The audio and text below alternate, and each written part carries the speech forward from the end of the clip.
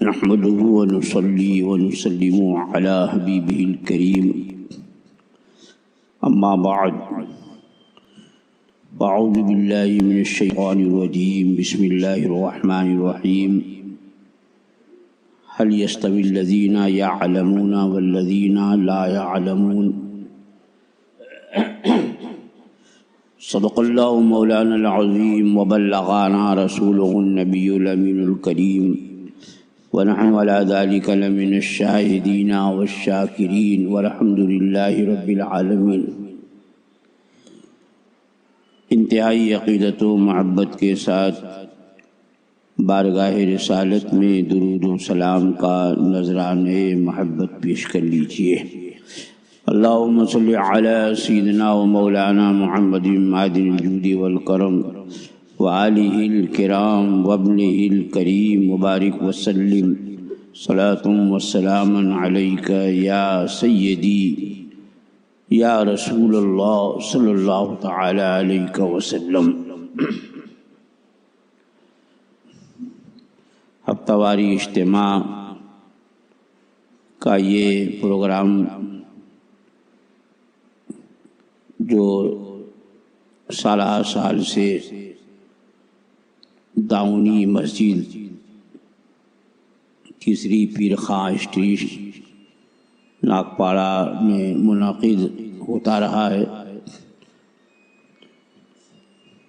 Lock down کی وجہ سے ہر سنیچر کو یہ پروگرام لائیو ہوتا ہے تاکہ جو لوگ ہفتہ واری اجتماع میں شریک ہوتے رہے وہ اپنے گھروں میں خود بھی اس پروگرام سے مستفید ہوں اور گھر والوں کو بھی اس سے استفادے کا موقع ہو۔ تو آج آپ حضرات کے سوالات کے جوابات کے لیے یہ فقیر قادری حاضر ہے۔ چونکہ بتایا گیا ہے کہ سوالات کافی جمع ہو چکے ہیں تو مناسب یہی ہے کہ بغیر کسی تمہیدی بیان کے آپ حضرات کے سوالات کا سلسلہ شروع کیا جائے اور ان کے جوابات بھی فقیر قادری گوشگزار کرے۔ تو میں چاہتا ہوں کہ اب مفتی مقصود اختر صدمہ آپ حضرات کے سوالات میں سے ایک ایک سوال پیش کریں اور یہ فقیر قادری ہر ایک کا بعون الملک الوہاب جواب دینے کی کوشش کرے گا۔ السلام علیکم ورحمۃ اللہ وبرکاتہ۔ وعلیکم السلام۔ پہلا سوال یہ ہے کہ بکر نے اپنا حصہ جو اس کو خاندان کی جائیداد سے مل رہا تھا لینے سے انکار کر دیا اور بار بار سمجھانے پر بھی وہ منع کر رہا ہے، تو کیا اب جو دوسرے حصے دار ہیں جو جائیداد کو آپس میں تقسیم کر کے اپنا اپنا حصہ لینا چاہتے ہیں یا لے رہے ہیں تو کیا وہ گنہگار ہوں گے؟ دیکھیے، یہ جو میراث میں حصہ ہوتا ہے وارثین کا، یہ ارث جو ہے وہ حق شرع ہے۔ کسی کے منع کرنے سے اس کا حق ختم نہیں ہوگا۔ اگر مرنے والے کے لڑکوں میں سے کوئی ایک لڑکا حصہ لینا نہیں چاہتا تو شرعی طور پر میراث کی جس طرح تقسیم ہوتی ہے تمام وارثوں کے حصص الگ الگ کیے جائیں اور ہر وارث کو اس کا حصہ دیا جائے۔ جو وارث اپنا حصہ لینا نہیں چاہتا تو تو پہلے تو اسے دینے کی کوشش کی جائے، اور اگر وہ حصہ نہیں لیتا لیکن حصہ لگ چکا ہے اور ممتاز ہو گیا ہے کہ یہ فلاں کا حصہ ہے اتنا، تو اب چونکہ اس کا حصہ جو ہے وہ الگ کر لیا گیا ہے، تو اس سے کہا جائے کہ اگر تم لینا نہیں چاہتے تو اپنا حصہ جسے تم چاہو اسے ہبہ کر دو۔ وہ نہیں لینا چاہتا تو جسے وہ چاہے وہ اپنے بھائی کو، اپنی بہن کو، کسی اپنے دوست کو،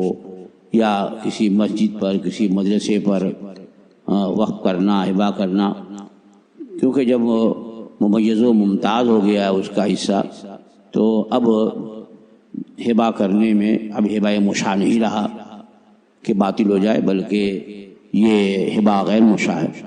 لہذا یہ ہبہ کرنا صحیح ہوگا۔ اور وہ ہبہ بھی نہیں کرتا ہے، کسی کو دے بھی نہیں رہا ہے، وقف بھی نہیں کر رہا ہے، تو پھر اس کے حصے کو محفوظ رکھا جائے، اور یا اسے کہا جائے کہ کسی کو اپنا وکیل بنا دے اور وکیل جو ہے اس کو بیچ دے اور بیچ کر کے اس کی رقم اس کے حوالے کرے۔ بہرحال یہ ہے کہ صرف کہہ دینے سے اس کا حصہ ختم نہیں ہوگا، اس کا حصہ اس کے حوالے کرنا ہوگا، جو بھی صورت ہو وہ اختیار کی جائے، واللہ تعالی عالم۔ ایک صاحب کا سوال یہ ہے کہ وہ کہہ رہے ہیں کہ میری اصلاح کیجئے، جیسے کہ کل سورج گرہن ہے اور شوال کے 6 روزے پورے کرنے کے لیے کل کے دن روزہ رکھنا یہ کیسا ہے، رکھ سکتے ہیں یا نہیں؟ سورج گرہن میں روزے وغیرہ کی ممانعت نہیں ہے، بلکہ جب سورج گرہن ہو تو زیادہ سے زیادہ عبادت کرنی چاہیے اور ذکر کرنا چاہیے۔ نماز سورج گرہن کی ہے جو نفل ہے بلکہ سنت مؤکدہ، اسے پڑھنا چاہیے۔ تو روزہ رکھنا یہ ممنوع نہیں ہے، سورج گرہن میں وہ روزہ رکھ سکتا ہے، شرعاً کوئی قباحت نہیں ہے اس میں، واللہ تعالی۔ ایک لڑکا ہے جو سید نہیں ہے پر بریلوی سید آفیشیل اس نام سے وہ چینل چلاتا ہے، تو کیا ایسا چینل یعنی چینل کا ایسا نام رکھنا اور چلانا صحیح ہے؟ کسی چیز کا نام سید رکھنے کے لیے ضروری نہیں ہے کہ نام رکھنے والا یا جو اس کا مالک ہو یا جو اس کا منیجر ہو وہ بھی سید ہو، کہ بہرحال سید یہ اس نے نام رکھا ہے چینل کا، یہ نہیں رکھا ہے کہ سید کی طرف سے یہ چینل ہے۔ تو بریلوی سید یا بریلوی سید چینل جو بھی نام اس نے رکھا ہے تو وہ اس میں شرعاً کوئی قباحت نہیں ہے اور کوئی اعتراض کی بات بھی نہیں ہے، واللہ تعالی۔ فرض نماز ہو یا سنت یا نفل میں قعدہ اخیرہ میں سلام پھیرنے کی بجائے کھڑے ہو گئے اور اب یاد آیا کہ سلام پھیرنا تھا، تو اب کیا کرے؟ برائے مہربانی دینی معلومات میں اضافہ فرمائیں اور شکریہ کا موقع عنایت۔ اگر وہ قعدہ کرنے کے بعد کھڑا ہوا ہے تو قیام کی حالت میں بھی وہ سلام پھیر سکتا ہے، لیکن بہتر یہ ہے کہ وہ قعدے کی طرف لوٹے، اور چونکہ قعدہ کر چکا تھا لہذا وہ لوٹتے ہی سجدے سہو کے لیے سلام پھیرے، پھر 2 سجدہ کرے سہو کا، اور اس کے بعد پھر قعدہ کرنے کے بعد سلام پھیر کر کے نماز سے باہر ہو، واللہ تعالی۔ کشف کیا ہے اور کیسے حاصل کیا جا سکتا ہے؟ کشف کے معنی ہوتے ہیں کھولنے کے، کسی پر کسی بات کا انکشاف ہونا، لیکن عموماً یہ کشف و کرامات یہ اللہ والوں کے لیے بولا جاتا ہے کہ ان پر اللہ جل وعلا کی طرف سے غیب کی باتیں کھول دی جاتی ہیں اور وہ باتیں ان پر منکشف ہوتی ہیں جو ہم سے چھپی رہتی ہیں۔ کبھی ایسا بھی ہوتا ہے کہ کسی اللہ والے کی بارگاہ میں کوئی حاضر ہوا اور اس کے دل کی بات اس اللہ والے میں منکشف ہو گئی، کشف کے ذریعے اسے معلوم ہو گیا کہ آنے والا کہاں سے آ رہا ہے اور اس کے دل میں کیا ارادے ہیں۔ یہ اس طرح کی باتیں کشف سے صاحب کشف کو حاصل ہوتی ہے، لیکن یہ کشف و کرامات جو ہیں یہ ولایت سے متعلق ہے، اور ولایت یعنی ولی ہونا یہ کسبی چیز نہیں ہے کہ آدمی جو ہے وہ محنت اور مشقت کرنے کے بعد اس کو حاصل کرے، بلکہ یہ عطیہ الہی ہے۔ اللہ جل وعلا جسے چاہے اپنا ولی بنائے۔ ہاں یہ ہے کہ اللہ تعالیٰ کسے ولی بناتا ہے تو حدیث پاک میں ہے کہ رسول اکرم صلی اللہ تعالیٰ علیہ وسلم نے ارشاد فرمایا کہ لا یزال ما یزال عبدی یتقرب الی بالنوافل حتی احببتہ، کہ میرا بندہ نوافل کے ذریعے میری بارگاہ کا قرب حاصل کرتا رہتا ہے، یعنی فرض تو فرض، واجب تو واجب ہی ہے، بلکہ نفل کام بھی کثرت سے وہ کرتا ہے، خوب جی لگا کر کے عبادت کرتا ہے، ریاضتیں کرتا ہے، گناہوں سے بچتا ہے، مکروہات سے بچتا ہے، یہاں تک کہ خلاف تقویٰ جو باتیں ہوتی ہیں ان ساری باتوں سے بچتا ہے، شریعت مطہرہ پہ وہ عمل کرتا ہے۔ تو اب اللہ ان میں سے جس بندے کو چاہتا ہے اپنا محبوب بنا لیتا ہے، حتیٰ احببتہ، تو جسے محبوب بنا لیتا ہے تو اب خود اسی حدیث پاک میں بھی ارشاد ہوا کہ فَكُنْتُ سَمْعَهُ الَّذِي يَسْمَعُ بِهِ وَبَصَرَهُ الَّذِي يُبْصِرُ بِهِ وَيَدَهُ الَّتِي يَبْطِشُ بِهَا، کہ میں اس کے کان ہو جاتا ہوں جس سے وہ سنتا ہے، میں اس کی آنکھ ہو جاتا ہوں جس سے وہ دیکھتا ہے، میں اس کے ہاتھ ہو جاتا ہوں جس سے وہ پکڑتا ہے۔ تو یہ دیکھنا، یہ سننا، یہ بھی کشف ہی ہے کہ اللہ جل وعلا ہاتھ، پاؤں، کان، ناک، آنکھ ہونے سے مبرہ ہے، پاک ہے۔ یہ معنی ہے کہ اللہ تعالیٰ اس کو اپنی صفات کا مظہر بنا دیتا ہے۔ اب وہ دیکھنے کے لیے آنکھ کے محتاج نہیں ہوتے، سننے کے لیے کان کے محتاج نہیں رہتے ہیں، بلکہ وہ دیکھتے ہیں جو ہماری آنکھیں نہیں دیکھ پاتی ہیں، اور وہ سن لیتے ہیں جو ہمارے کان نہیں سن سکتے۔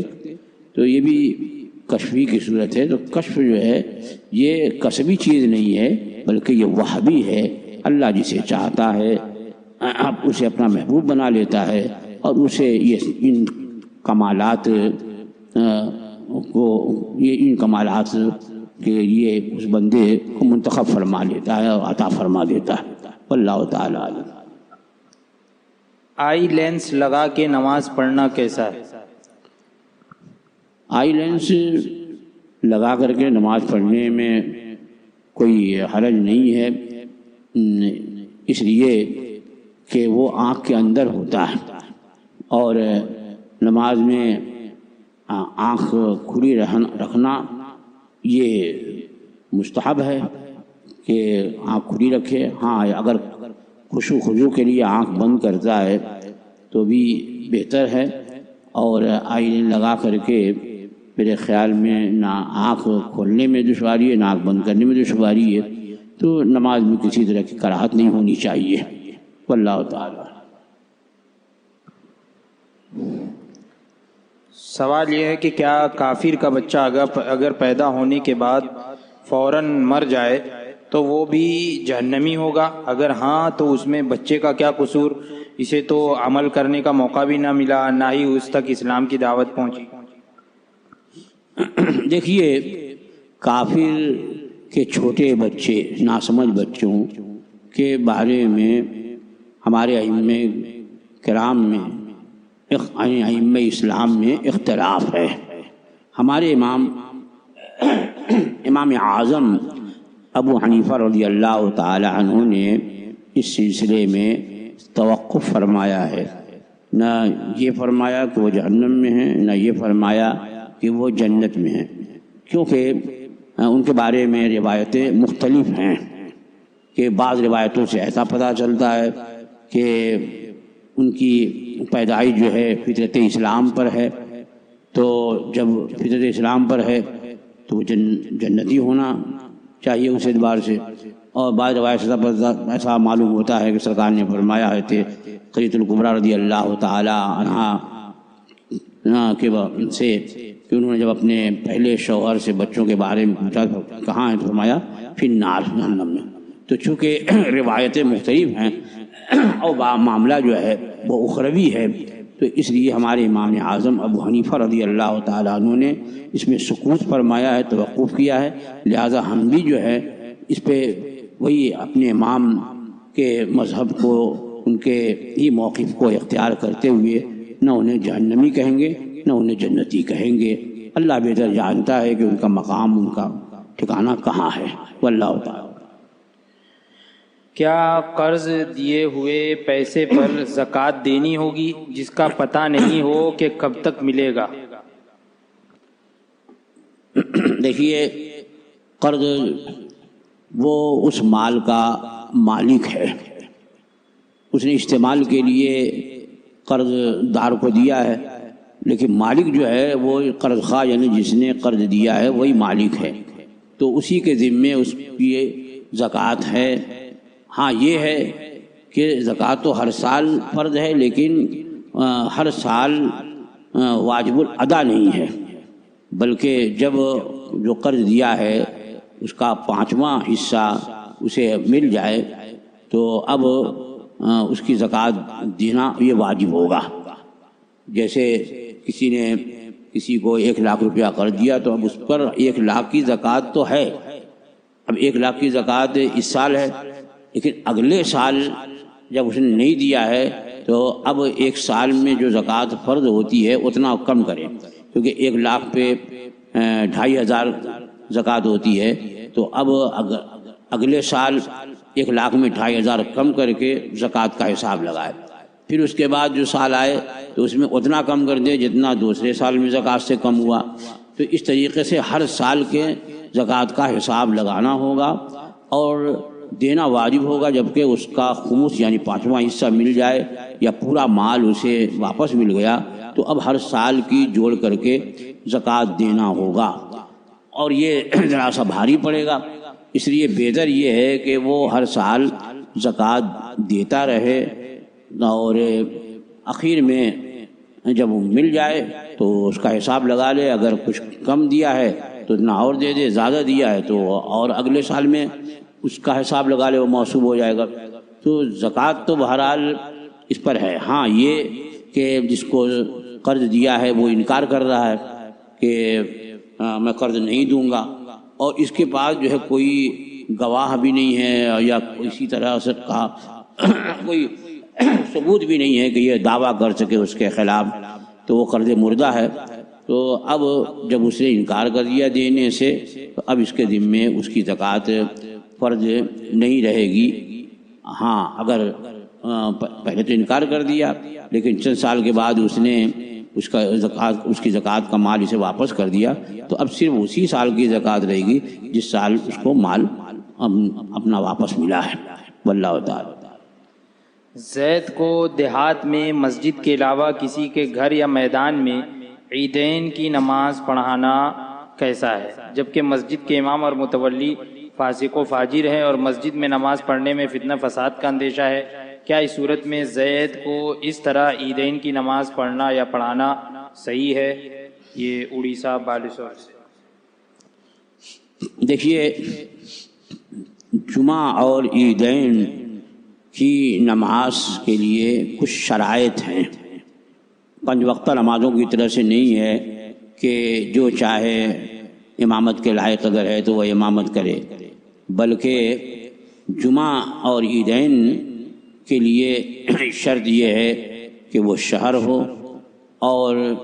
اس کے علاوہ اذن عام ہو، جہاں جمعہ ہو رہا ہے وہاں ہر ایک لائق جمعہ شخص کو آنے کی اجازت ہو، کسی ایک کو بھی وہاں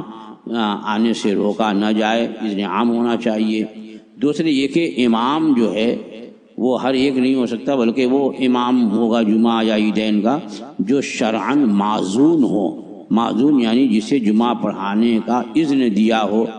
اب پہلے جب اسلامی حکومت تھی تو سلطان اسلام جمعہ قائم کرتا تھا، یا سلطان اسلام کا نائب یا جس کو سلطان اسلام اجازت دیتا تھا وہ جمعہ قائم کرتا تھا۔ اب سلطان اسلام نہیں رہا تو علماء کرام نے فرمایا کہ جب بادشاہ اسلامی سلطنت سے زمانہ خالی ہو گیا، بادشاہ نہیں رہے مسلمان، تو اب جو اس شہر کا مرجع فتاوی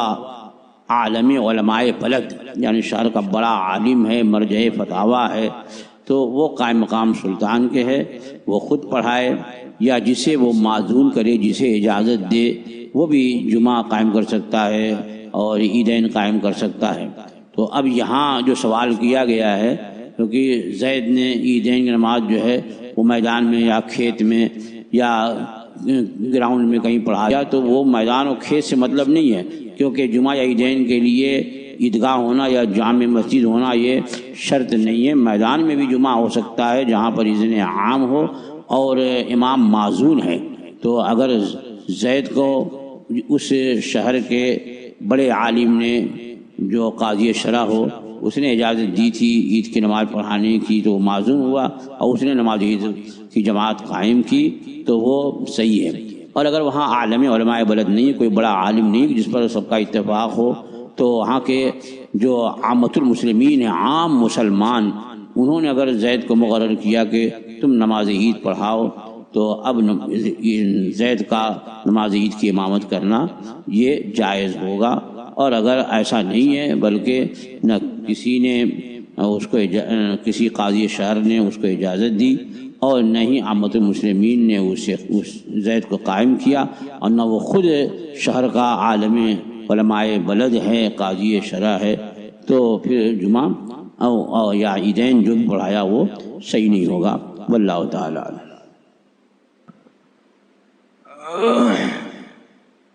ایک شخص کا سوال ہے کہ میں مناظرہ دیکھ رہا تھا تو میں نے کہہ دیا کہ یزید سور کا بچہ، لیکن یزید جن کے بیٹے ہیں وہ صحابی رسول ہیں، تو اب کیا کریں؟ دیکھیے، عام بول چال میں کسی سے نفرت کے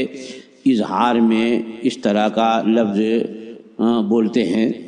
حالانکہ نہیں چاہیے، لیکن یہ جو لفظ بولتے ہیں تو وہاں پر اس کی مراد یہ نہیں ہوتی کہ اس کا باپ جو ہے وہ سور ہے اور اس کا یہ بچہ ہے، یعنی باپ سے نفرت نہیں بھی ہوتی، لیکن اگر بچہ جو ہے وہ بدعمل ہو یا شریر ہو یا بدماش ہو یا اس میں برائیاں پائی جاتی ہیں اور نفرت انگیز کام کرتا ہے، تو لوگ کہہ دیتے ہیں اس کو یہ سور کا بچہ ہے، تو وہاں پر ان کا ذہن جو ہے وہ باپ کی طرف نہیں رہتا کہ اس کا باپ جو ہے وہ ایسا تھا اس لیے یہ ایسا ہے۔ پھر بھی چونکہ یہاں معاملہ عام انسانوں کا نہیں ہے بلکہ ایک صحابی رسول کا ہے، یزید جو بھی تھا، یزید فاسق فاجر ہے اور مستحق ما علیہ ہے، یعنی جو بھی اس پر اللہ کی طرف ہو سکتا ہے اس کا وہ مستحق ہے، مستحق عذاب ہے اور مستحق نار ہے، وہ سب ہے۔ لیکن اس کے والد حضرت سیدنا امیر معاویہ رضی اللہ تعالی عنہ صحابی رسول ہیں، اور وہ بھی خاص صحابی رسول، کیونکہ رسول اکرم صلی اللہ تعالی علیہ وسلم نے چند صحابہ کرام 12 یا 13 صحابہ کرام کو کتابت وحی کے لیے متعین فرمایا تھا، تو ان کاتبان وحی میں سے ایک ہیں حضرت امیر معاویہ، بلکہ سرور کائنات صلی اللہ تعالی علیہ وسلم کے خطوط مبارکہ کے لکھنے والوں میں بھی آپ کا شمار ہوتا ہے۔ تو بے شک وہ صحابی رسول ہیں اور اسلام کے پہلے بادشاہ ہیں، وہ لائق تعظیم ہے، ہر صحابی کی تعظیم ہم پر فرض ہے، یہ اہل سنت جماعت کا عقیدہ ہے کہ ہر صحابی کی تعظیم فرض ہے، اور ان کی اہانت، ان کی توہین، ان کی گستاخی یہ حرام ہے۔ تو یزید کو جو بھی برا بھلا کہا وہ اس کا مستحق ہے، لیکن ایسا کوئی لفظ یزید کی طرف منسوب کر کے نہ بولا جائے کہ حضرت سیدنا امیر معاویہ رضی اللہ تعالی عنہ کی شان اقدس میں بھی کسی طرح کی گستاخی ہو یا بے ادبی ہو سے بچنا چاہیے۔ تو جس نے بھی ایسا کہا ہے اسے چاہیے کہ وہ رجوع کر لے کہ میرے ذہن میں حضرت امیر معاویہ یا یزید کے باپ کا، والد کا کسی طرح سے خیال کا کوئی تصور ہی نہیں تھا، صرف یزید کے کرتوت اور یزید کے مظالم اور یزید کی برائیاں اور یزید کی معصیتوں کی بنیاد پر میں نے اسے ایسا کہا تھا۔ میں ہر صحابی کی تعظیم کرتا ہوں، حضرت امیر معاویہ ہوں یا کوئی بھی صحابی ہو، سب میرے نزدیک لائق احترام، لائق تعظیم ہے، ان کی تعظیم فرض ہے، اور میں اگر کسی کے ذہن میں بات آئی تو میں اس سے اپنی برات کا اعلان کرتا ہوں۔ دور حاضر میں ایسا امام ملنا مشکل ہے جو تصویر نہ کھنچاتا ہو اور ٹی وی کرکٹ وغیرہ نہ دیکھتا ہو، تو کیا حضرت ایسے امام کے پیچھے نماز پڑھے یا نہیں، اور جمعے کی نماز کیسے ادا کرے؟ دیکھیے، امام بہرحال ہر ایک کے بارے میں نہیں کہا جا سکتا کہ وہ جو ہے ٹی وی دیکھتا ہے اور فوٹو کھنچواتا ہے۔ الحمدللہ آج بھی بہت سے ایسے عالم دین ہیں کہ جو تصویر کشی سے بچتے ہیں، تصویر کھنچوانے سے بچتے ہیں اور ٹی وی وغیرہ دیکھنے سے پرہیز کرتے ہیں۔ تو انہیں امام بنایا جائے، جہاں ایسے امام ان کے پیچھے نماز پڑھی جائے، اور جہاں تک مسئلہ جمعے کا ہے یا عیدین کا ہے تو چونکہ ان کے لیے جماعت شرط ہے، اور اگر شہر میں کوئی ایسا امام نہیں ہے کہ جو ان باتوں سے، یعنی تصویر وغیرہ کھنچوانے سے، ٹی وی دیکھنے سے بچتا نہیں ہے، کوئی ایسا امام جو بچنے والا وہ نہیں ملتا ہے، سارے امام ایسے ہی ہیں، تو اس وقت چونکہ مجبوری ہے، لہٰذا اگر واقعی وہ سنی سوی العقیدہ ہے لیکن یہ سب بے عملیاں پائی جاتی ہے تو اس کے پیچھے وہ جمعہ ادا کر سکتا ہے، عیدین کی نماز پڑھ سکتا ہے۔ اللہ تعالیٰ میت کا 10واں 20واں 40واں وغیرہ یہ کیوں کرتے ہیں، اس کے پیچھے کیا راز اور مقصد ہے؟ دیکھیے، یہ سب ایصال ثواب کے طریقے ہیں، یعنی مرنے والے کی روح کو ثواب پہنچانا اپنے اعمال کے۔ تو اب ہم جو بھی عمل ہم نیک کریں اس کا ثواب ہم موتا کو ایصال کر سکتے ہیں، پہنچا سکتے ہیں۔ اگر مطلقاً یہ چھوڑ دیا جائے کہ اپنے اپنے موتا کے ایصال ثواب کے لیے آپ تقریبات کریں یا آپ پروگرام کریں، آپ کھانے تقسیم کریں، لیکن اس میں اگر کسی دن کی تعین نہ ہو تو وہ معاملہ ٹلتا رہتا ہے۔ دیکھنے میں آیا کہ جب تک کسی دن کو متعین نہیں کرتے کسی کام کے لیے تو کہتے ہیں ٹھیک ہے بھائی، ہاں یہ جمعہ کو نہیں، اگلے جمعہ کر لیں گے، تو ٹھیک ہے 2 جمعہ بعد کر لیں گے، یہ جمعے کو یہ کام آ گیا فلاں دن کر لیں گے۔ تو ہمارے بڑے بوڑھوں نے اسی لیے اس طرح کے دن متعین کر دیے۔ یہ تحدید شرعی نہیں ہے، یہ تعین شرعی نہیں، شرعاً یہ متعین نہیں کیا گیا، نہ شرعاً جو ہے وہ تیجے کا دن مقرر کیا گیا ہے، نہ 10ویں کا دن مقرر کیا گیا ہے، نہ شرعی طور پر 40واں کا دن مقرر کیا گیا ہے یا برسی کا دن مقرر کیا گیا ہے کہ انہی دنوں میں ایصال ثواب ہوگا اور ضروری ہے یا سنت ہے، بلکہ یہ جو ہمارے بزرگوں نے اس طرح کی تاریخیں یا اس طرح کے ایام مقرر کر دیے تو اس لیے اسی بہانے اس کے لیے ایصال ثواب ہوتا رہے گا۔ مثلا تیجا کر دیا ہے تو اب خواہی نہ خواہی لوگ میت کے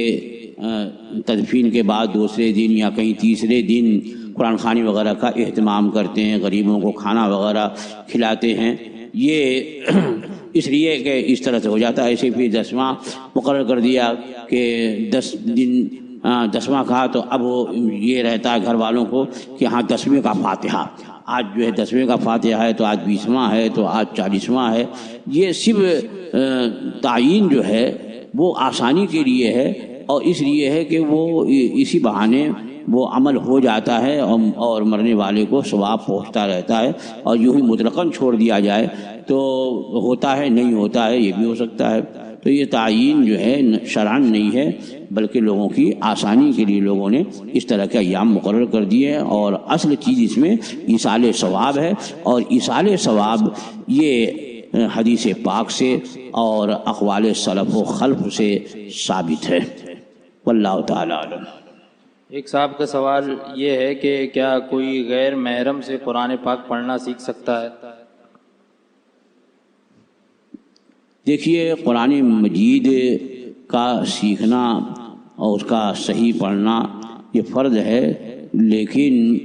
جب مرد پڑھانے والے ہیں مردوں کو، اور مرد کے لیے کوئی پابندی نہیں ہے، نہ کہیں نکلنے کی پابندی ہے نہ کہیں جانے کی پابندی ہے، تو آخر وہ کیوں نامحرم عورت سے ہی جو ہے وہ سیکھے گا؟ جبکہ عورت کی آواز بھی عورت ہے، یعنی جس طرح سے عورت کا پردہ ہے اسی طرح سے عورت کی آواز کا بھی پردہ ہے. تو کیوں اسے اپنا استاد بنائے گا اور فتنے کا کیوں دروازہ کھولے گا؟ بلکہ وہ قرآن سیکھنا ہے تو بہت سارے شہر میں قاری ہیں، بہت سارے گاؤں میں قاری ہیں، اچھا قرآن پڑھنے والے ہیں، وہ قریب نہیں ہے تو دور سے ہی قرآن کا سیکھنا فرض ہے. اس فرض کی ادائیگی کے لیے وہ کوشش کرے اور ایسا کا عمل نہ کرے کہ جس کی وجہ سے کسی طرح کا جو ہے اتہام، کسی طرح کا اس پر الزام ہو. کہ رسول اکرم صلی اللہ تعالی علیہ وسلم نے ارشاد فرمایا اتقوا مواضع التہم، تہمت کی جگہوں سے بھی بچو. یعنی تہمت سے تو بچنا ہے ایسی جگہ کہ جہاں پر تہمت کسی طرح سے لگ سکتی ہے، ایسی جگہ جانے سے بھی بچنے کا حکم دیا گیا ہے. تو ایسے عمل سے بھی بچنے کا حکم ہے جس کی وجہ سے لوگوں کو کسی طرح کا شک و شبہ ہو سکتا ہے. واللہ تعالی عنہ. اللہ تعالیٰ کو عاشق کہنا کیسا ہے؟ اللہ تعالی بے شک محب اور محبوب یہ لفظ بولا جائے گا، لیکن عاشق کا لفظ جو ہے وہ اللہ کی شان کے لائق نہیں ہے. اسی طرح سے عشق جو ہے یہ بھی اللہ کی شان کے لائق نہیں ہے، اور عشق ہی سے عاشق بنا ہے. تو اس سے بھی علماء نے منع فرمایا ہے کہ اللہ تعالیٰ کو نہ عاشق کہے اور نہ معشوق کہے، بلکہ وہ محب ہے، اور رسول اکرم صلی اللہ تعالی علیہ وسلم اس کے محبوب ہیں، اور محبوب و محب میں نہیں میرا تیرا، جیسا کہ اعلیٰ نے فرمایا. لہٰذا اللہ کے لیے محب کا لفظ بولا جائے لیکن عاشق کا لفظ نہ بولا جائے. واللہ تعالی. سنت غیر موقدہ میں 2 رکعت کے بعد درود ابراہیم نہیں پڑھے اور کھڑے ہو کر ثنا بھی نہیں پڑھے تو کیا سجدہ سہو کرنا پڑتا ہے، یا سجدہ سہو کرے بنا بھی نماز ہو جاتی ہے؟ دیکھیے، اگر سنت موقدہ یا کوئی بھی نفل نماز، سنت غیر موقدہ، سنت غیر موقدہ یا کوئی اور نفل نماز جو سنت موقدہ کے علاوہ ہے 4 رکعت والی، تو اس میں اگر پہلے قاعدے میں کسی نے درود شریف نہیں پڑھا تو اس کی وجہ سے، اور ایسے ہی تیسری رکعت میں اس نے ثنا نہیں پڑھی تو اس کی وجہ سے اس پر سجدہ سہو واجب نہیں ہوگا، کیونکہ یہ واجبات سے نہیں ہے. درود پڑھنا یہ سنت ہے اور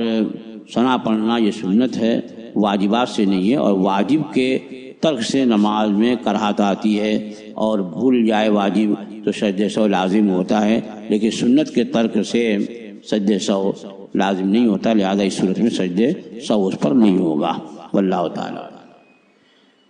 تراویح کی 2 رکعت میں سلام پھیرنا بھول گیا اور کھڑے ہو کر 4 رکعت پوری کر لیا تو کیا سجدہ سہو کرنا چاہیے یا نماز دہرانی پڑے گی؟ دیکھیے، اگر اس نے 2 رکعت پہ قاعدہ کیا، 2 رکعت پہ قاعدہ کیا اور پھر تیسری کے لیے بغیر سلام پھیرے کھڑا ہو گیا اور 4 رکعت پہ اس نے سلام پھیرا، تو سجدہ سہو کی ضرورت نہیں ہے۔ ہاں اگر اس نے 2 رکعت پہ قاعدہ نہیں کیا تھا اور قاعدہ بھول کر کے کھڑا ہو گیا اور واپس نہیں آیا، یہاں تک کہ اس نے تیسری رکعت پوری کر لی، پھر ایک اور رکعت ملا کے 4 رکعت پوری کر لی، اور 4 رکعت پہ اب وہ سجدہ سہو کرے گا۔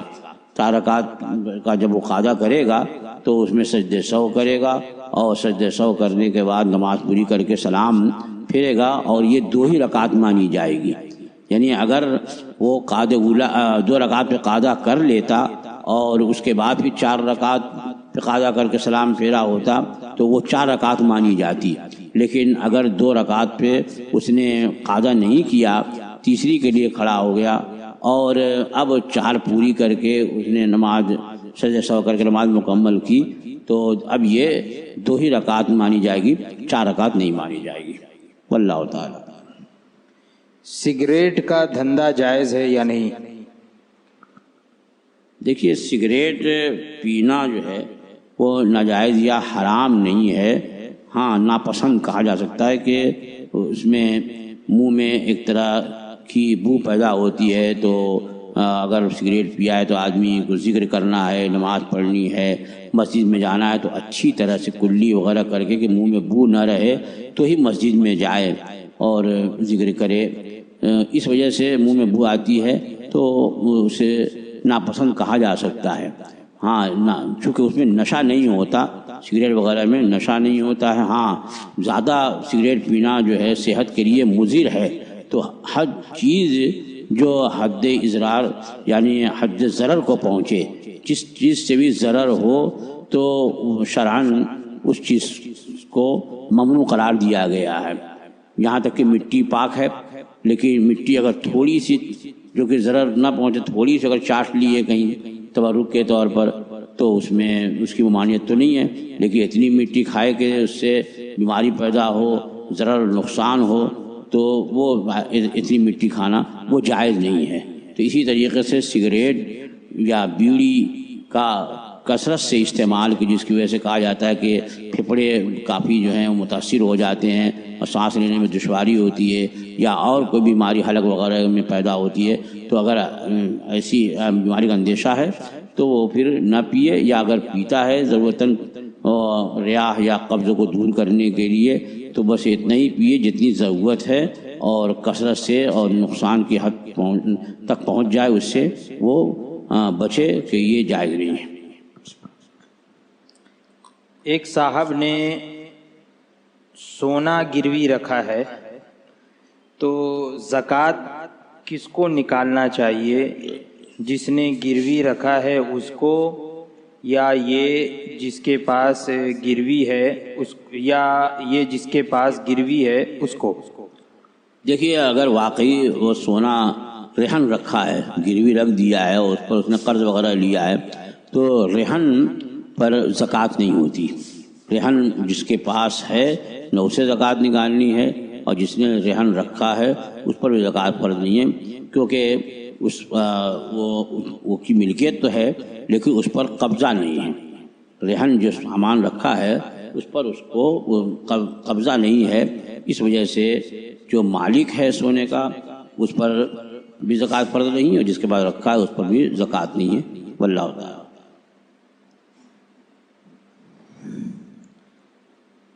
بھائی کے گھر میں کام کرنے والا نوکر ہے، رات دن کا نوکر ہے، بہن ان کے گھر سے کوئی چیز اپنی ضرورت کے لیے منگاتی ہے، تو بھائی اپنے نوکر کے ہاتھ سے بہن کے گھر بھیج دیتا ہے، تو کیا بہن کو نوکر کو اس کی اجرت دینی چاہیے؟ جیسے بہن نے خود سے کہا کہ تیرے نوکر کے ہاتھ سے بھیج دے، بھائی نے خود سے نہیں بولا کہ میں بھیج دیتا ہوں، تو بہن کو اجرت دینی پڑے گی یا نہیں؟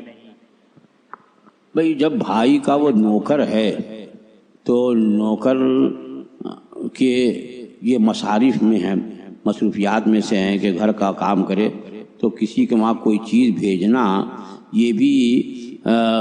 اس کے اعمال میں آتا ہے۔ ان نوکر کا عمل میں یہ بھی ہے کہ گھر کے کام کرے تو مالک جو ہے وہ کسی چیز کو کسی وہاں بھیجتا ہے، یہ تو عرف عام ہے۔ عرف میں یہ بالکل ضائع اور شائع ہے کہ نوکر سے اس طرح کی خدمات لی جاتی ہیں، تو یہ اس کی ذمہ داری سے ہے، اس کی خدمات سے ہے، الگ سے اس کی اجرت جو ہے وہ واجب نہیں ہوگی۔ ہاں اگر بہن چاہے کہ میرے وہاں یہ چیز اس نے پہنچائی ہے اور کچھ بطور انعام دے تو وہ دے سکتی ہے۔ 7.5 تولہ سونا یا 52.5 تولہ چاندی یا دونوں کو ملا کے نصاب والا ہے کوئی انسان، کوئی آدمی، لیکن 5 لاکھ کے اوپر، 5 لاکھ سے زیادہ اس پر قرض ہے اور اس کی انکم بھی اتنی نہیں ہے، سالوں سے قرض ہے، تو اس کو زکوٰۃ دے سکتے ہیں یا نہیں؟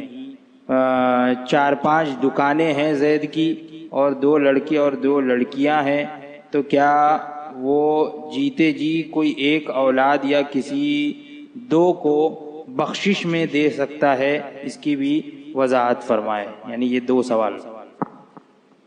دیکھیے، سب سے پہلے تو یہ جو نصاب کے بارے میں کہا گیا ہے کہ سونا بقدر نصاب ہو یا چاندی بقدر نصاب ہو یا سونا چاندی مل کر کے نصاب کو پہنچ جائے اور اس پر 5 لاکھ جو ہے وہ قرض ہے، تو اب کیا اس پر زکوٰۃ ہوگی کہ نہیں ہوگی؟ تو جو قرض ہوتا ہے وہ مائنس کیا جاتا ہے۔ اب اگر سونا یا چاندی یا سب ملا کر کے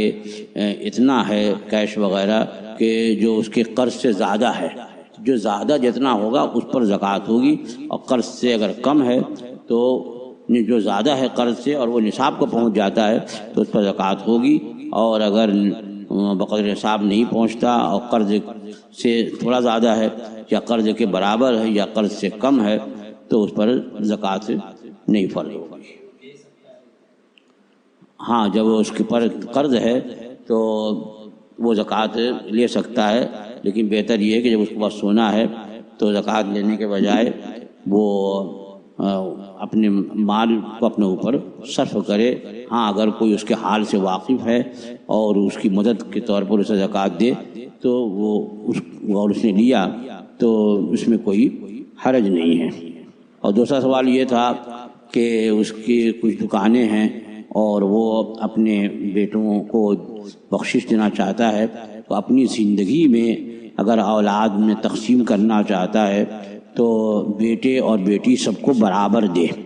کسی کو بلا وجہ شرعی ترجیح نہ دے کہ کسی کو بہت زیادہ دیا، کسی کو ایک دم کم کیا یا بالکل نہیں دیا، کہ قیامت کے دن اس پر پکڑ ہوگی کہ رسول اکرم صلی اللہ تعالیٰ علیہ وسلم نے ارشاد فرمایا اعدلوا بین اولادکم، اپنی اولاد کے درمیان عدل کرو، انصاف کرو۔ اگر کوئی اپنی اولاد کو کچھ دے تو اس میں انصاف کرے، ایسا نہیں کہ ایک کو بہت زیادہ دے دے اور ایک کو بالکل نہ دے، بالکل سے محروم رکھے۔ ہاں یہ ہے کہ اگر کوئی دینی ترجیح ہے، جیسے ایک علم دین حاصل کرنے میں لگا ہوا ہے اور دوسرا جو ہے وہ دنیا میں مشغول ہے، تو جو علم دین میں حاصل کر رہا ہے، دینی کام میں لگا ہوا ہے، اگر اس کو زیادہ دیا تو یہ دینی ترجیح کی بنیاد پر دیا تو اس میں حرج نہیں ہے، اور اگر ایسی کوئی ترجیح نہیں ہے تو باپ جو ہے وہ سب کو برابر دے، یہاں تک کہ بیٹی کو بھی بیٹے کے برابر دے۔ واللہ تعالیٰ۔ یہ ایک سوال ہے کہ صلاۃ فاطمۃ الزہرا رضی اللہ تعالی عنہا، یہ تفصیل کے ساتھ ہے کہ حضرت شیخ عبد القاسم صفا سے منقول ہے کہ ایک روز میں نے سیدہ فاطمہ کو خواب میں دیکھا، بعد سلام کے میں نے عرض کی کہ اے خاتون جنت، آپ کس چیز کو زیادہ دوست رکھتی ہیں کہ روح مبارک کو بخشوں؟ فرمایا سیدہ کونین نے کہ دوست رکھتی ہوں شعبان کے مہینے میں 8 رکعت 1 سلام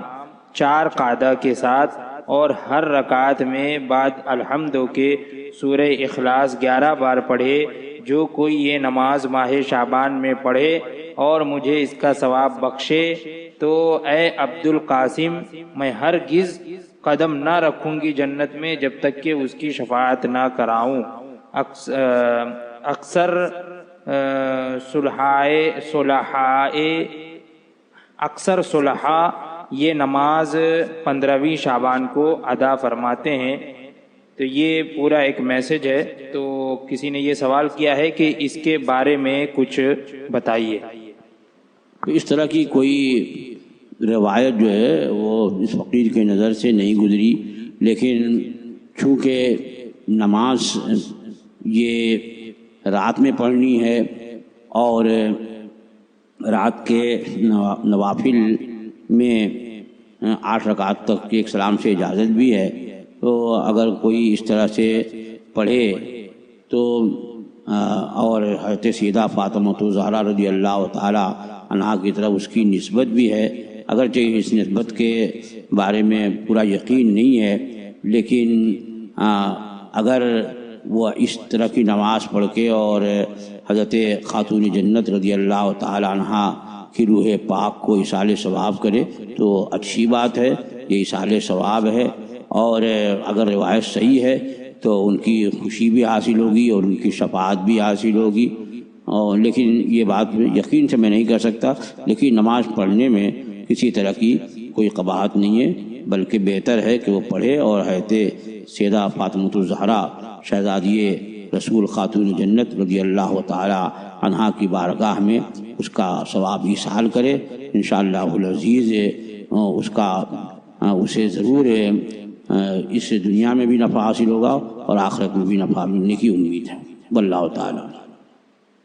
ایک سوال یہ عرض ہے کہ جو جمعہ کی نماز نہیں پڑھاتا کیا وہ عید کی نماز پڑھا سکتا ہے؟ دیکھیے، عید یا جمعہ سے متعلق میں نے اس سے پہلے ایک سوال ہوا ہے، اس میں نے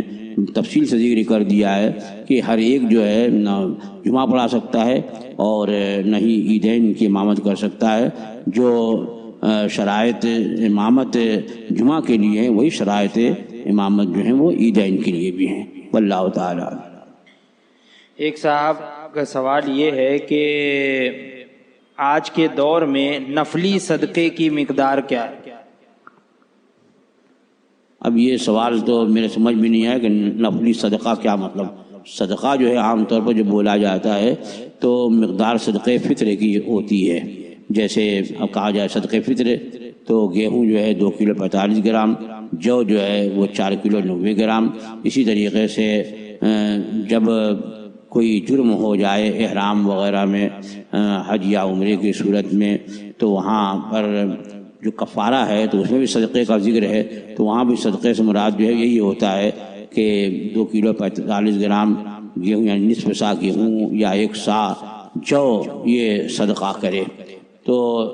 اب یہ جو صدقے واجبہ ہے اس کی یہ مقدار ہے، اور صدقے نافلہ کی کوئی مقدار نہیں ہے، مختصر چیز بھی جو کام کے لائق ہے وہ بھی صدقہ کر سکتا ہے، بلکہ آدمی کو اچھی بات کسی سے کہے وہ بھی صدقہ ہے، یہاں تک کہ حدیث پاک میں آیا کہ شوہر بیوی کے منہ میں جو لقمہ دیتا ہے وہ بھی صدقہ ہے۔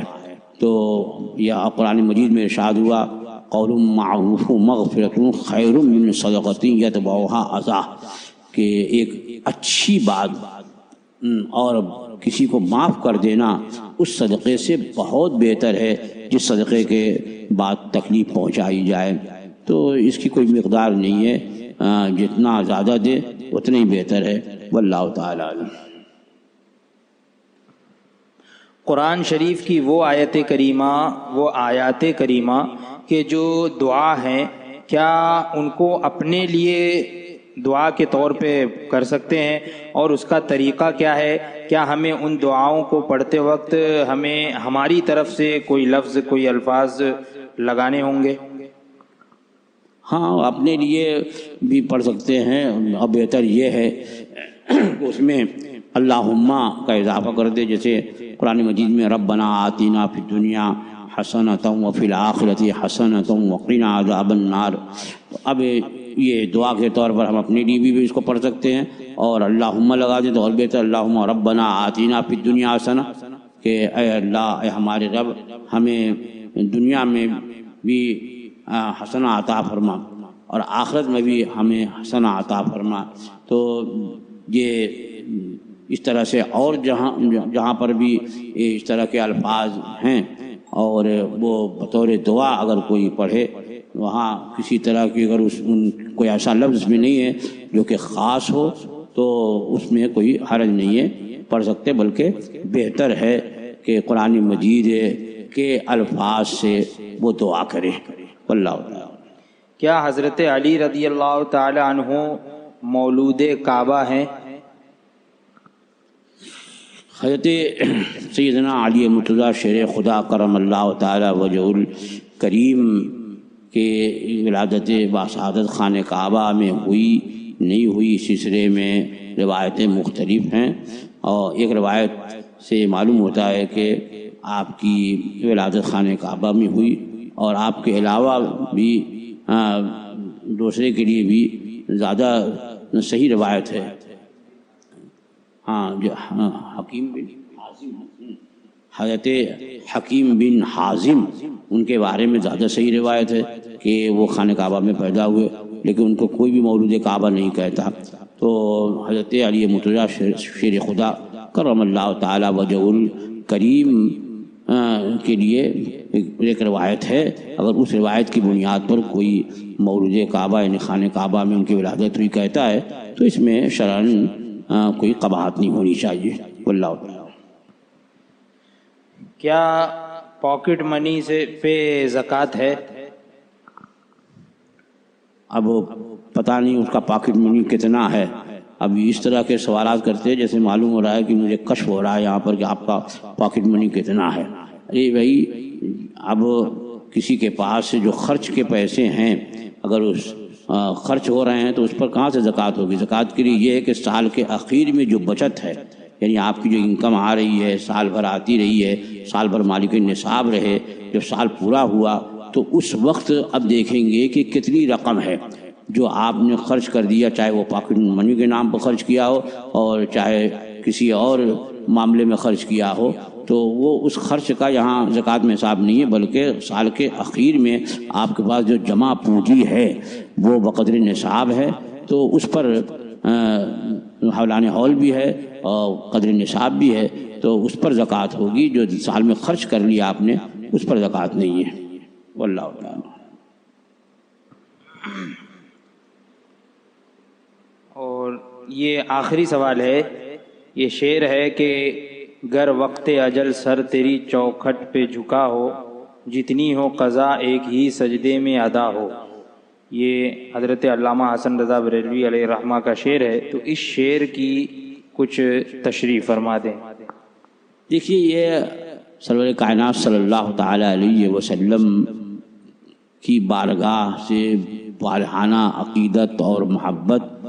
اور ایک دلی آرزو، ایک مومن کامل کی، ایک عاشق کی یہ آرزو ہوتی ہے کہ محبوب کے در پہ اس کی وفات ہو۔ تو یہاں یہ بتانا چاہ رہے ہیں کہ جتنی بھی میری تمنائیں، زندگی بھر کی جو تمنائیں ہیں، اگر آپ کے در پر سر جھکا ہو اور اجل آ جائے، اسی وقت میرا انتقال ہو جائے، تو زندگی بھر میں جو بھی میری تمنائیں تھیں وہ ساری کے ساری تمنائیں جو ہیں اسی آن اسی لمحے پوری ہو جائیں گی۔ یعنی اس کا یہ معنی نہیں ہے کہ اگر کوئی مدینہ طیبہ میں انتقال کرے تو اور اس کی بہت ساری نمازیں اس کے ذمہ باقی ہیں تو سب اس طرح ادا ہو جائیں گی، لیکن یہ ہے کہ وہاں سرور کائنات صلی اللہ تعالی وسلم نے یہ ضرور ارشاد فرمایا کہ جس سے ہو سکے کہ مدینے میں مرے تو مدینے میں مرے، کہ جو مدینے میں مرے گا میں قیامت کے دن اس کی شفاعت کروں گا۔ تو میرے آقا صلی اللہ تعالی وسلم خود جب ضمانت دے رہے ہیں اس کی شفاعت کے لیے تو کیا کہنا ہے، کتنی بہترین موت ہے۔ تو وہ تو شہر مدینہ کے لیے سرکار فرما رہے ہیں، اور یہاں تو خاص اس در کرم پہ موت آنے کی تمنا ہے کہ وہاں اگر موت آتی ہے تو زندگی بھر کی آرزوؤں کی تکمیل ہو جائے گی اور میری موت میرے لیے معراج بن جائے گی۔ واللہ تعالی عنہ۔ سوالات ابھی کافی ہیں اور لیکن وقت بھی کافی ہو چکا ہے، 12 بج چکے، تو انشاءاللہ تبارک و تعالی آئندہ جو دینی نشست ہوگی اس میں بقیہ سوالات کیے جائیں گے۔ آخر میں سوالات جو پوچھنے والے حضرات ہیں اور جتنے تمام حضرات جو سماعت کر رہے تھے، ان لوگوں کی طرف سے حضور کی خدمت میں سلام پیش ہے، سلام قبول فرمائے۔ وعلیکم السلام۔ بیماروں کے لیے دعائے شفا اور مرحومین کے لیے دعائے مغفرت کی درخواست ہے۔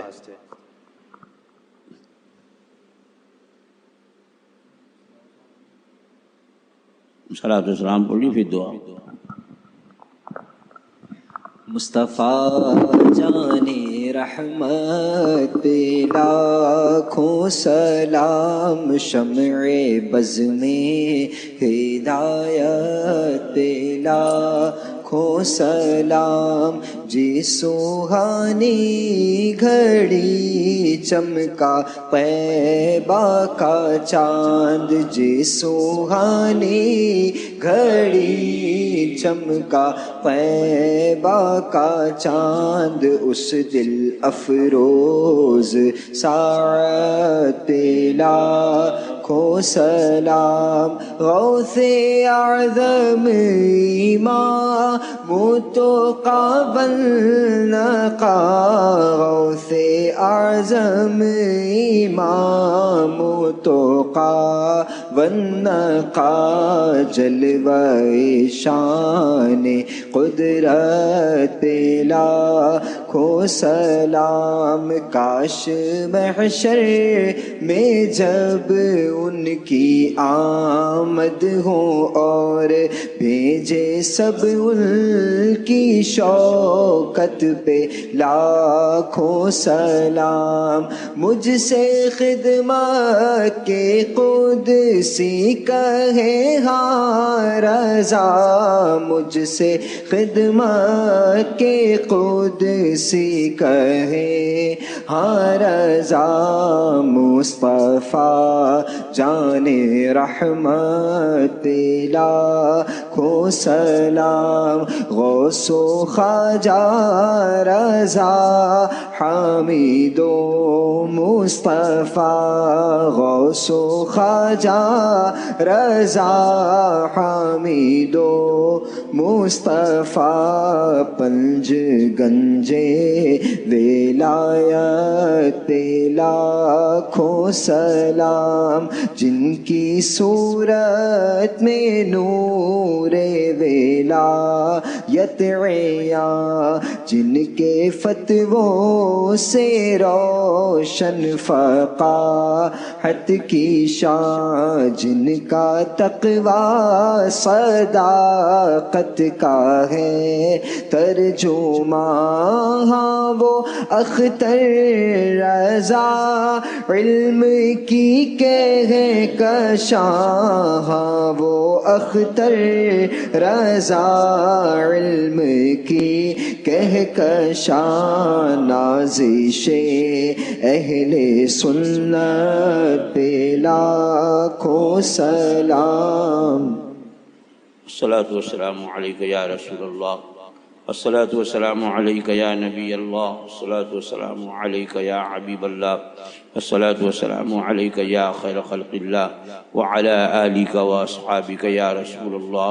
صلی اللہ تعالی علیہ وسلم۔ اللهم صل على سيدنا ومولانا محمد صلاة تنجينا بها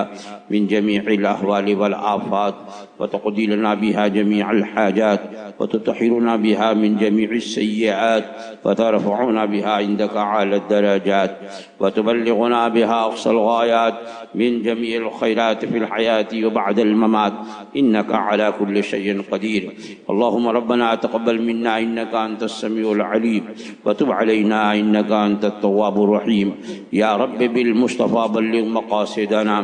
یا رب بالمصطفى بلغ مقاصدنا، واغفر لنا ما مضى یا واسع الکرم۔ یا اللہ، یا رحمان، یا رحیم، دل مارا کن مستقیم، بحق ایاک نعبد و ایاک نستعین۔ الہ العالمین ملکہ بادشاہ پروردگارہ بندہ نوازا، جو کچھ بھی یہاں تیرا اور تیرے محبوبان بارگاہ کا ذکر جمیل ہوا، اور جو مسائل شرعیہ بیان میں مولا، ان سب کو تو قبول فرما لے، اور ان سب کا ثواب بلا حساب مولا قدیر، سب جو کچھ بھی تیرے کرم سے ہو الہ العالمین وہ تیرے محبوبان بارگاہ کی بارگاہوں میں پیش ہے۔ الہ العالمین اس محفل پاک کو قبول فرما، اور جتنے سننے والے ہیں مولا قدیر ان تمام لوگوں کی حاضریوں کو قبول فرما، ان سب لوگوں کو نیکیوں کی توفیق عطا فرما، برائیوں سے بچنے کی توفیق عطا فرما، ہر فرض ہر واجب و سنتوں کو ان کے وقتوں پہ ادا کرنے کی ہم سب کو توفیق عطا فرما۔ الہ العالمین، جن لوگوں نے بھی جن مقاصد کے لیے بھی اس گنہگار فقیر سے دعاؤں کی درخواست کی ہے، مولا ان تمام لوگوں کے ان کے جائز مقاصد میں کامیابی عطا فرما، پریشان حالوں کی پریشانیوں کو دور فرما، جو مقروض ہیں انہیں بار قرض سے سبک دوش فرما، جو بے روزگار ہیں انہیں حلال روزی عطا فرما، جو صاحب روزگار ہیں ان کے حلال روزیوں میں برکت عطا فرما، جو بیمار ہیں انہیں شفائے کامل و عاجل عطا فرما، جو ہم سے رخصت ہو گئے ہیں مولا قدیر ان تمام سنی صحیح عقیدہ مسلمان مرحومین کی مغفرت فرما، ان کی قبروں کو کشادہ فرما، ان کے پسماندگان کو صبر جمیل اجر جزیل عطا فرما۔ مولا قدیر جو ناگفتہ بے حالات اس وقت پیدا ہو چکے ہیں، الہ العالمین جلد سے جلد تمام مسلمانوں کو اس سے چھٹکارا عطا فرما، اور تمام مسلمانوں کی عزت آبرو جان و مال عقیدے اور ایمان کی حفاظت فرما۔ ہم تمام لوگوں کو مسلک حق مسلک اہل سنت جسے پہچان کے لیے زمانے میں مسلک اعلیٰ حضرت کہتے، اسی سچے مسلک پہ قائم رکھ، اسی سچے مسلک کا خادم بنا، اور اسی سچے مسلک پہ ہمیں موت نصیب فرما، اور اسی سچے مسلک کے ماننے والوں کے ساتھ ہمارا حشر فرما۔ الہ العالمین، آج کے اس پروگرام میں جن لوگوں نے بھی اس طرح سے بھی دامے درمے قدمے سخنے حصہ لیا ہے، کوششیں کی، مولا تمام لوگوں کی کوششوں کو قبول فرما، اور دارین میں انہیں بہترین صلہ عطا فرما۔ وصلی اللہ تعالی علی خیر خلقہ ونور عرشہ سیدنا ومولانا محمد وآلہ واصحابہ ذریاتہ وآل بیتہ اجمعین برحمتک یا ارحم الراحمین۔ لا الہ